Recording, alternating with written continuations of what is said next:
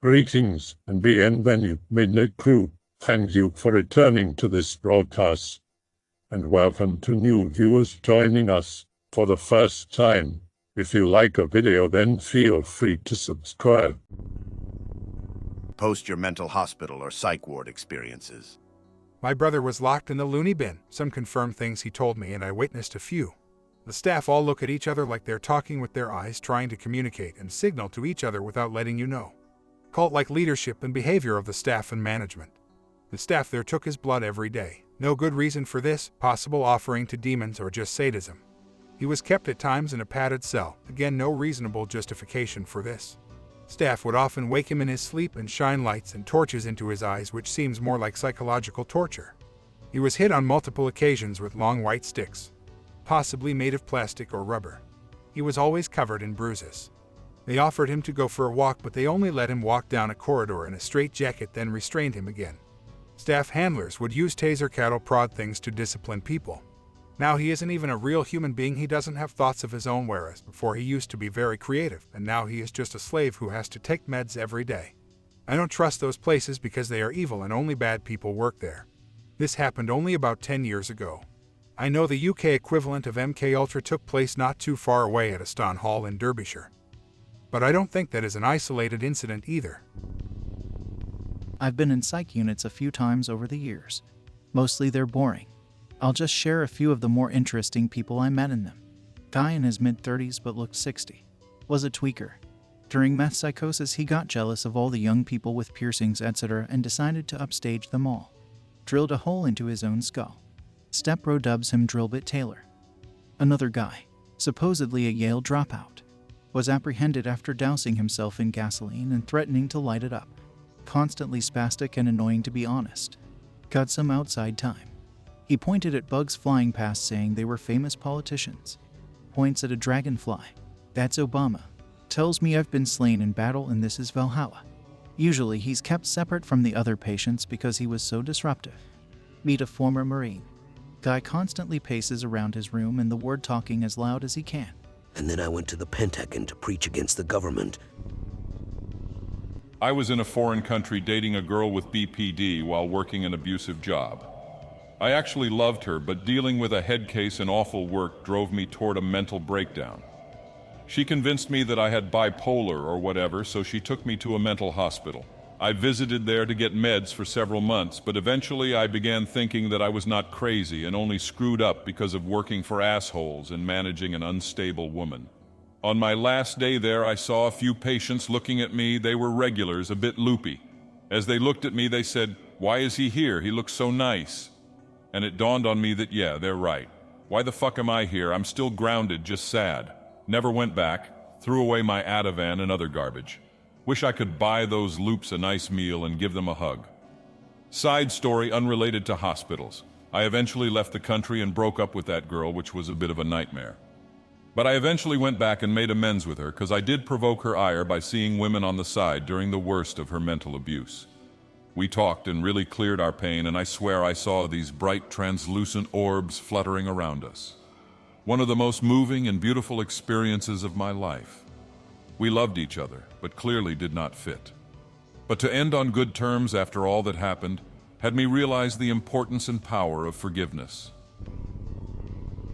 I'm an EMT in private emergency services and frequently transport pink-slipped and self-terminational patients from emergency rooms to psych facilities. One day after dropping off my patient, one of the staff who appeared friendly was letting us out. Every door is locked going in and out. I wanted to confirm my suspicion that most of my patients that I encounter are either demon-oppressed or demon-possessed. So I asked him in a joking tone if he has ever seen weird spooky stuff on the security cameras. He said, "Hell yes, we see shadows and other stuff all the time." So yeah, basically all this psychology and behavioral science stuff is pretty much useless because they don't have the proper tools to solve the problem. Not even that, they all fail to see the true problem and don't acknowledge the existence of demonic spirits. This will have horrible consequences for as long as this problem exists. Late 30s male, early 20s at the time. I spent 2 weeks in a psych ward in the early 2010s due to a psychotic episode. It was quite the trip. Long-ass story as to how I ended up there, but I was suffering from an array of different delusions, one of which was that I could break televisions with my mind. While I was being processed, one of the medical workers asked me jokingly, "Are you the one that's been turning all of our TVs blue?" This was consistent with my delusion. When I broke TVs, the screen would be blue no matter what channel you turned it to. Anyways, they had me get in a wheelchair, and a lady who pretty much had the exact same proportions as the Pucifer demon took me up to my room. They processed me, locked my shoes and clothes in a cabinet in my room, and sent me to bed for the night. I was having none of it, not really fully understanding what was going on, so I got up, broke into the cabinet for my stuff and got dressed. I snuck out into the hallways and started looking for an exit. There was no exit. A squad of male nurses chased me back to my room and shot me in the ass with something. It knocked me out for over 24 hours, and I can remember only bits and pieces from an entire missing day. Once I finally came to and settled in, I started to devise a plan for how I was going to get out of there. They gave me a patient's rights pamphlet when I was checked in, and I read the whole thing and discovered that I could request a release form. I tried to get one from the front desk, but they wouldn't give it to me. I had been taken there by the police, so it was involuntary. One of the doctors on the ward took me aside and said that if I attempted to check myself out, he would go before a judge and have me legally declared insane. Needless to say, I immediately left that play behind. It was at this point that I started to make friends. One of the people on the ward, a young Asian man who got there shortly after I did, claimed to have special powers. I'm not sure if he was messing with me, but he was good with numerology and could get one of the girls on the ward to look at him from across the room on command without doing or saying anything. What he was doing appeared to be real. That is, there was no gimmick or planned agreement between him and this other girl. They barely even spoke to each other. He was also educated in numerology and gematria. Him, myself, and this other dude ended up with our own little clique. And one night while we were hanging out, he added up all of our names and demonstrated that all three of us had the exact same numeric values. That was an interesting synchronicity. I got 5150D and they said I have to piss in a cup and let them take my blood. I told them no, I have rights, you can't just take my body. They said yes, we can. A big cop came in and said we are going to chain you to this bed and hold you down, stick a catheter up your dick and forcefully take your blood if you don't comply. When I realized that I had no rights and they were going to take what they wanted no matter what, I cried. Later it became a game of acting as normal as possible. On the outside of the mental hospital you can act weird and it's fine because everyone assumes you are sane. But on the inside, everyone assumes you are insane. So one misstep, one strange thing, no matter how small, just confirms their diagnosis of how insane you are. They look at you like an animal. On the outside we pretend people have rights that can't be violated, but on the inside you have no rights. I tried to make small talk with all the orderlies and doctors as much as I could, hoping that if I developed relationships with them, they might look at me as more human instead of viewing me as a piece of meat. I am never going back. The psychiatrist said, "This isn't like jail. We can hold you here forever. We are psychiatrists. We can do that. I would much rather go to prison. In prison you have some rights. In the hospital they decide that you are sick and they have to treat you, so they force you to submit to whatever messed up things they want to do to you. No one comes out the same way they went in. A piece of me died that day." They can hold you for about 2 weeks. They can hold you forever if the judge says you are a danger to yourself and others.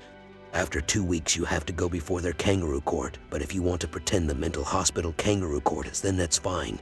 I'm just not going to entertain the thought with you. Psychiatric holds require no crime. It's bullshit. Actually, this is incorrect on involuntary commitment. The law now since 2018 is if it is deemed beneficial by a doctor. So the idea that you have to be a harm to yourself or others is wrong. Also, yes, it is kangaroo court. I'll give my story. B22, extremely successful. In amazing shape for the last 4 years after being a fatty high school dropout all through high school. 3.6 GPA at community college, sports car, GTI, and a ton of amazing life experiences. Moved to an apartment in a ghetto area because my mom is insane and has a Oedipus complex. No other choice. Really killing it for about 3 months, then basically have a mental breakdown. Crying to mom saying, "Yeah, I gotta come home now. If I stay here any longer, I'm going to get a lot worse. I'll check myself into treatment." Mom agrees. This is where it gets weird. I signed to leave my apartment early. I just asked nicely. The place was $450 a month, so they understood. And talked to my mom. Suddenly I can't move back in, but I can put my stuff there until I get my own place again. End up living out of my car for a month. Full-blown delusions and paranoia at this point. Start going to families, seeing if I can crash. Every time that ends with my mom calling the police to 302 me. At this point, I had been put through 4 72-hour holds, but the charges wouldn't stick. No way in hell I am accepting treatment by this point. Mom gets me a motel after my car's battery fails and spends like $1,500 for me to stay there for 2 weeks. Whatever, starts bringing me food and stuff after I had fasted for about 3 weeks. Not an issue given the level of fitness I was at the time, just some lost muscle. By the last day of being at the motel, Mom kept flip-flopping on me coming home, even though I was actually planning on doing treatment willingly again by that point. We fight. Mom leaves crying. 2 hours later, the police tackled me when I answered the motel door. I was being 302D again, but this was way different. Police informed me that my mom called saying I had beaten her unconscious and dragged her unconscious onto the street, then fled the scene. Thinking just more of the same, but I didn't realize she had taken me from the downtown hospital to the one she works at, has actual connections to the people who work there, including guards and other nurses. Charges stick this time after I say I want to file charges of false assault allegations and for my attorney to have discovery done on motel security cameras to view the time of the alleged crime and main road she had given. The attorney does none of this, gives actual objections to a trial that should have the case dismissed. The judge immediately ignores the objection and puts me for 20 days. Go in. It's bad.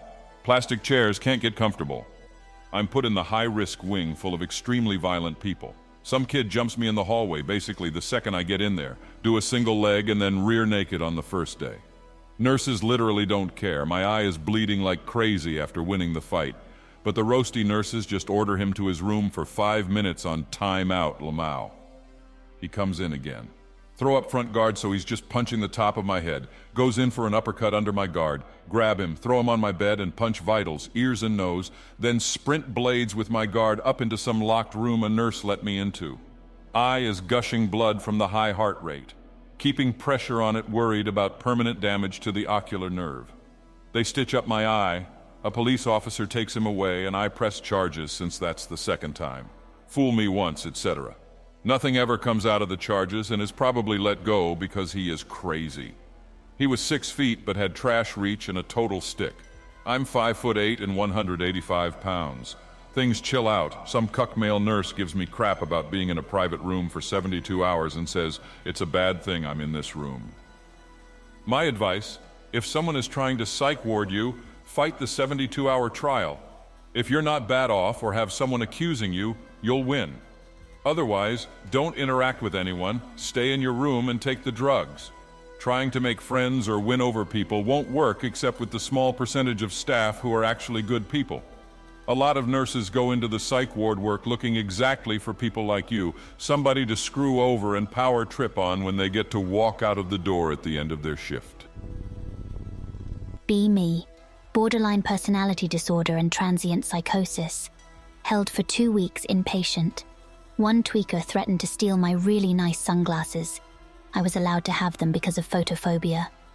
One alcohol detox lady said she was seeing zombie children at the ends of long hallways. 19-year-old working girl arrives and her pimp manages to smuggle drugs to her during visitation. Full-on schizo lady arrived. She wandered around all night going into other people's rooms. One day I woke up early and went to the rec room. Schizo lady walks in with only a towel and stares at me for 10+ minutes. Rumor spreading that she was 100% sane when her boyfriend dropped her off. Crazy how fast you can lose your mind. One homeless woman showed up and described a war on streets at night between different gangs. I give her some clothes and extra food and wish her good luck when she leaves. Last day, Redditor arrives after assaulting people in a normal hospital while claiming to be Jesus Christ. He starts talking to me. Says I need to help him with social media for his new cult because I'm attractive to him. It's just basic panpsychism new age word salad. Nod along pretending he's as profound as he thinks it is. Fun times. Nothing 2/X/ occurred, but it's wild seeing such broken people. I wish I could have helped them. Last August for 2 weeks. Crisis men's ward, basically self-terminational people. Mostly homeless guys. Had a veteran corridor where they stuck to themselves outside of meals. I had a fantastic time and legit found some solid insight against my terminational tendencies, but anyway, people I met. P. Young kid, early 20s possibly teen.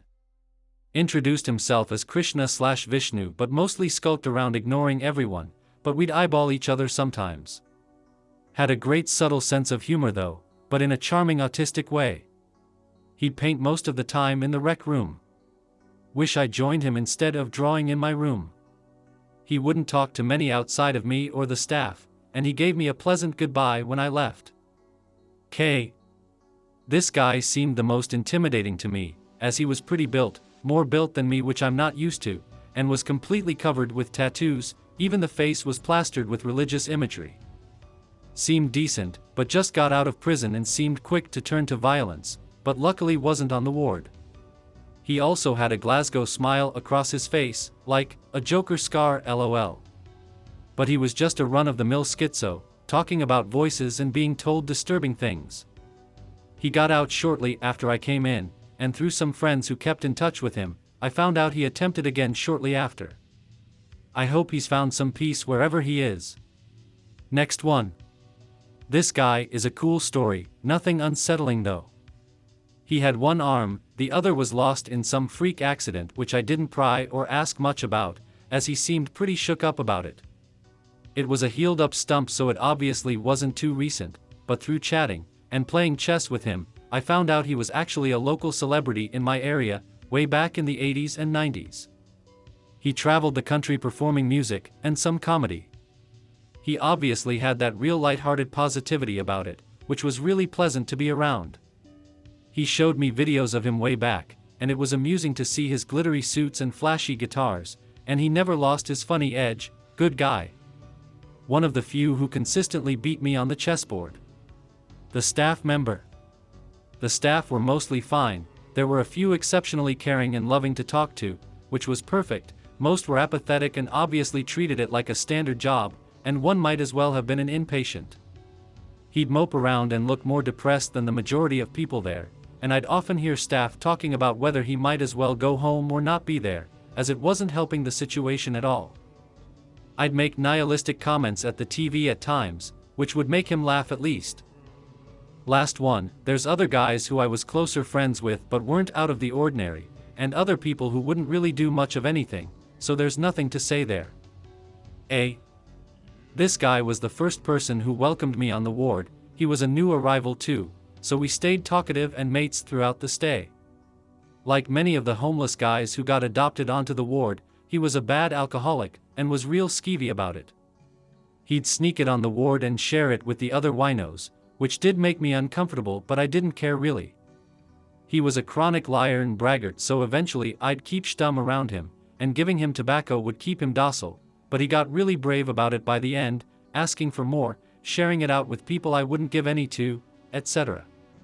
But I don't know, just a regular scumbag who was even adamantly proud of beating his 7-year-old boy, which pissed me off real hard, but you know, I can't do anything about it.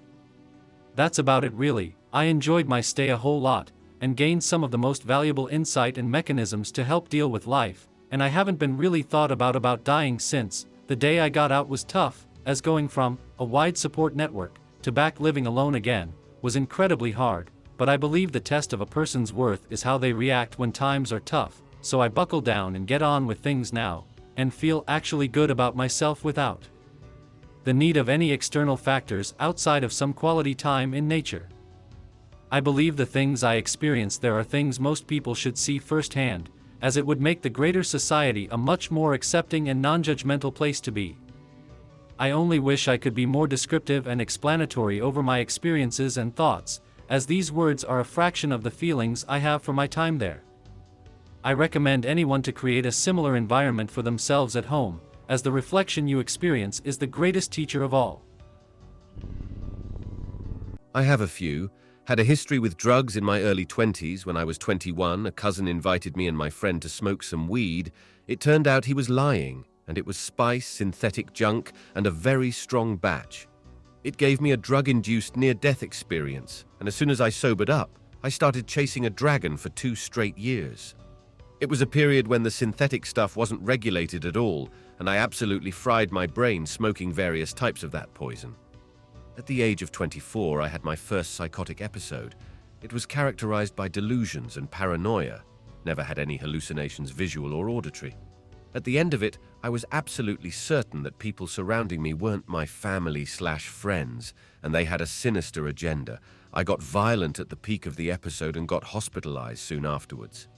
I live in a pretty undeveloped country, not a third world country, but still, so the conditions are absolutely abhorrent. There was a horrible smell of feces in the whole area. The patients were mostly hostile, violent, and for the 2-week duration of my stay, at least 3 fights happened daily. If you got out of line, staff would drug you and tie you to the bed, sometimes whole nights, so you had to piss yourself. Once I got out, I decided to never touch synthetic drugs, but continued using weed alcohol.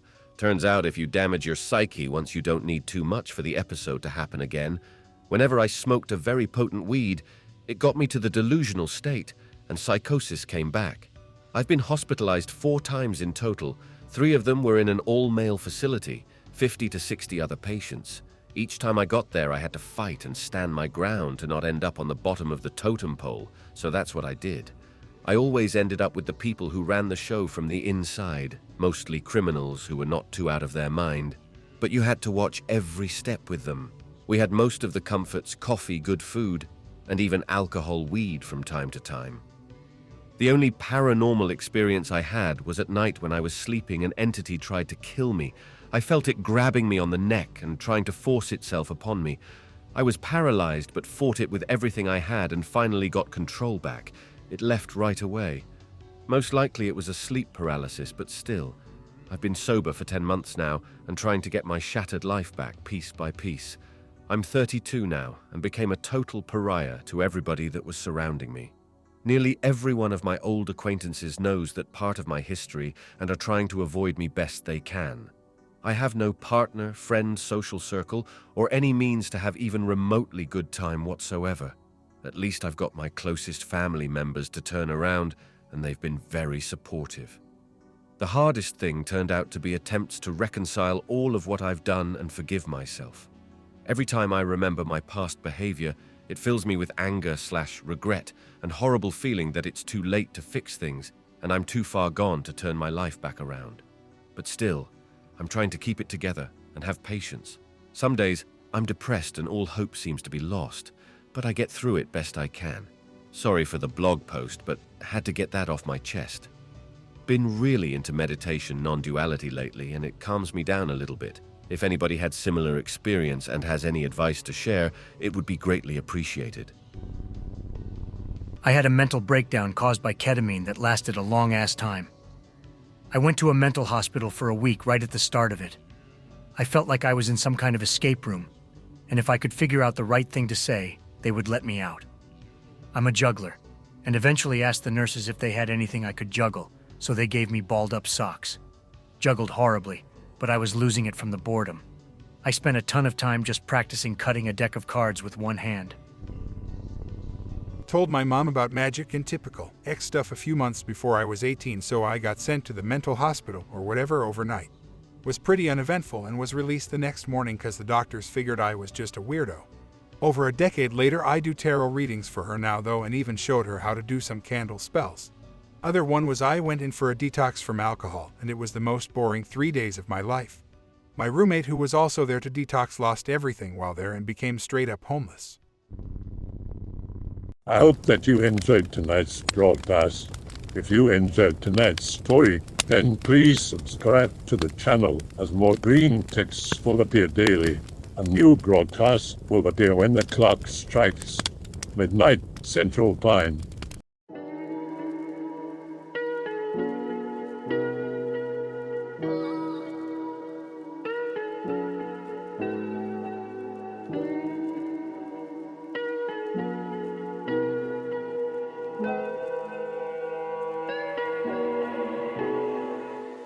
Remember to check out the Odyssey page in the description for a second archive of the channel's videos. There's also a Rumble archive as a backup.